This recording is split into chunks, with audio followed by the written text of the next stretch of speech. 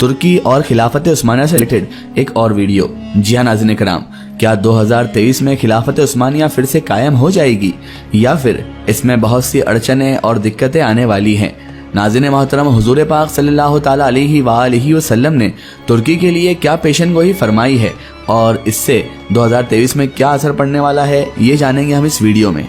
क्या तैयब अर्दगान साहब की सदारत में 2023 में खिलाफत उस्मानिया कायम हो सकेगी या फिर ये एक भारी जंग, घातक जंग का रूप ले लेगी, ये सब जानेंगे हम इस वीडियो में। तो मेरी आपसे मोहतबाना गुजारिश है कि इस वीडियो को आखिर तक जरूर देखें और अगर अभी तक आपने हमारे चैनल को सब्सक्राइब नहीं किया है तो उसे भी सब्सक्राइब कर दीजिए और पास में दिए गए बेल आइकन पर भी क्लिक कर दीजिए ताकि हमारे वीडियो की नोटिफिकेशन आप तक पहुंचती रहे।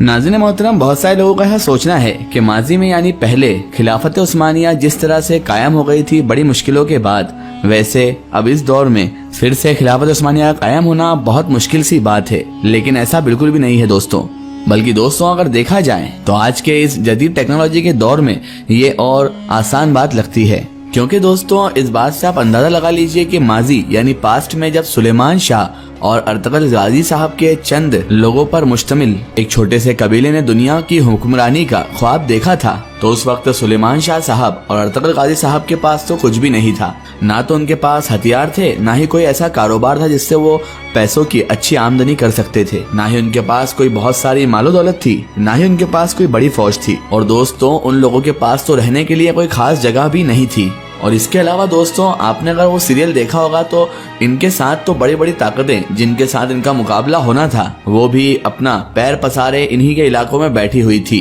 और वो थे मंगोल और सदियों से चलती हुई आ रही रूमी सल्तनत और तुर्कों के ही बड़े बड़े बागी कबाइल। और हत्ता के दोस्तों ऐसे हालात थे कि जिसमें एक छोटे से कबीले का अपनी मर्जी के बगैर एक कदम भी उठाना मुमकिन ही नहीं था। लेकिन जब काई कबीले के सरदार अर्तगुल ने जब अपने इस मकसद का आगाज किया, अपने इस मिशन को स्टार्ट किया, तो उसके बाद जिस तरह से हालात बदलते गए और तारीख रकम होती गई, इतिहास लिखाता गया, वो सब कुछ दोस्तों आपके सामने है। और मौरखीन ने यानी लिखने वालों ने इसे तारीख में दर्ज भी किया है।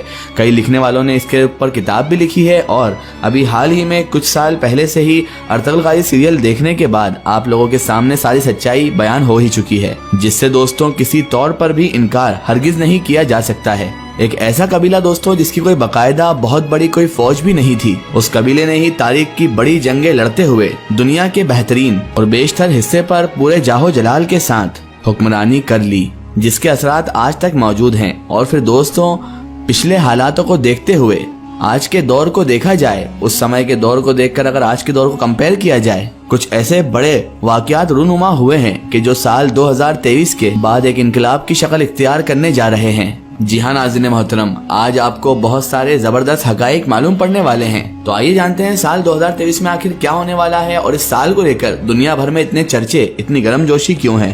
क्या दुनिया की फतह के बाद तारीख एक बार फिर से पलटी जाएगी? क्या खिलाफत उस्मानिया 100 साल पहले टूट चुकी थी फिर से कायम हो जाएगी? दोस्तों आपकी जानकारी के लिए आपको बता दें कि तुर्की एक नई रियासत की राह हमवार कर चुका है, और वो नई रियासत कौन सी है ये आप सभी शायद जानते हैं।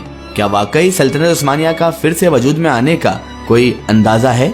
और तुर्क सदर रजब तैयब अर्दगान साहब ने क्या क्या तैयारियां कर ली है और क्यों वो दुनिया के बाकी मुस्लिम लीडरों से ज्यादा हर मुसलमान के लिए अहमियत रखते हैं? दोस्तों इन हेडलाइंस के अलावा हम इस्लामी हदीस से भी आपके सामने बहुत सारी मालूमात पेश करेंगे जो आपके रोंगटे खड़े कर देंगे।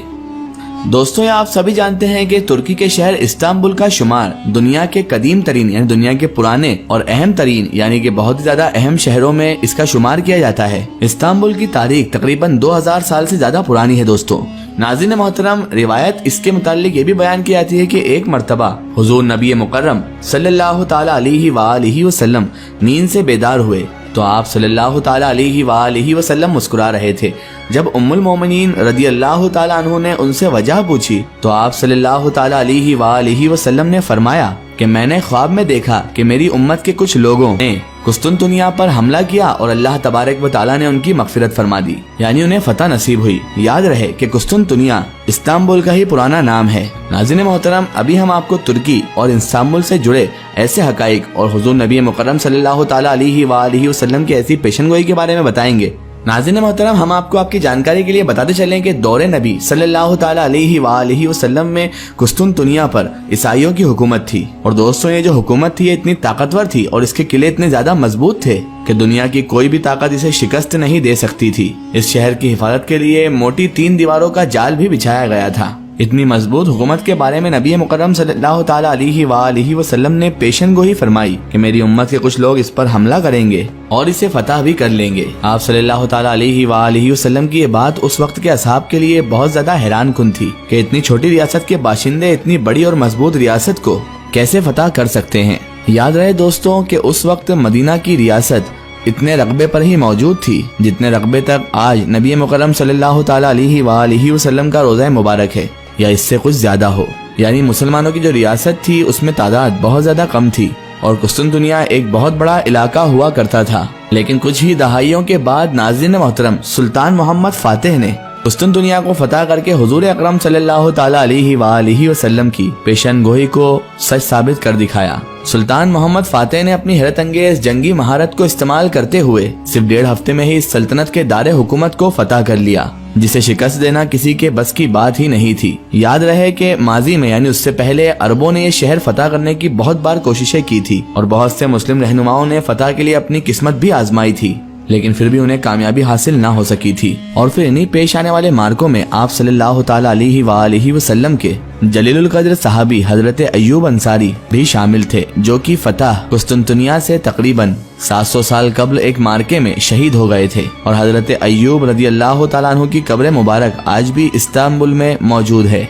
आमतौर पर यह ख्याल किया जाता है कि कुस्तुनतुनिया फतह ने दुनिया भर में सल्तनत उस्मानिया की धाक बिठा दी थी। नाज़रीन मोहतरम, बाज़ उलमाओं का यह भी कहना है कि आप सल्लल्लाहु ताला अलैहि वसल्लम ने तुर्कों के मुतालिक फरमाया था कि तुर्कों को अकेला छोड़ देना जब तक कि वो तुम्हें अकेला छोड़ दें, और ये कि तुर्कों से जंग ना लड़ो, अगर तुम लड़े तो तुम्हें शिकस्त होगी।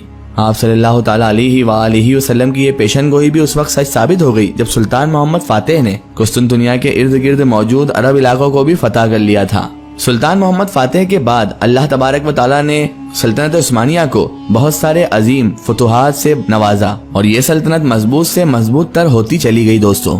लेकिन दोस्तों, बिल आखिर साल 1922 में सल्तनत उस्मानिया जैसी अजीम और मजबूत सल्तनत का भी खात्मा हो गया और इस पर अगले 100 सालों के लिए ऐसी पाबंदियां लगा दी गई कि तुर्की में आने वाली नस्लें भी सल्तनत उस्मानिया का नाम ही न ले सकें। तुर्की से कई अरब ममालिक की हुकूमत को छीन लिया गया और इसके अलावा तुर्की पर इस्लामिक रियासत कायम करने की पाबंदी आयत कर दी गई। इसके अलावा तुर्की को मुआशी तौर पर माजूर करने के लिए इसकी बंदरगाह, जो दुनिया की सबसे बड़ी बंदरगाह है, उसकी आमदनी से भी तुर्क हुकूमत को महरूम कर दिया गया। और दोस्तों, आखिर में आपको रजब तैयब अर्दगान साहब के बारे में बताते चलें, जिन्होंने साल 2023 के लिए बहुत सारे मंसूबों का, बहुत सारे प्लान का ऐलान भी कर दिया है। और रजब तैयब अर्दगान साहब हर बयान में अपने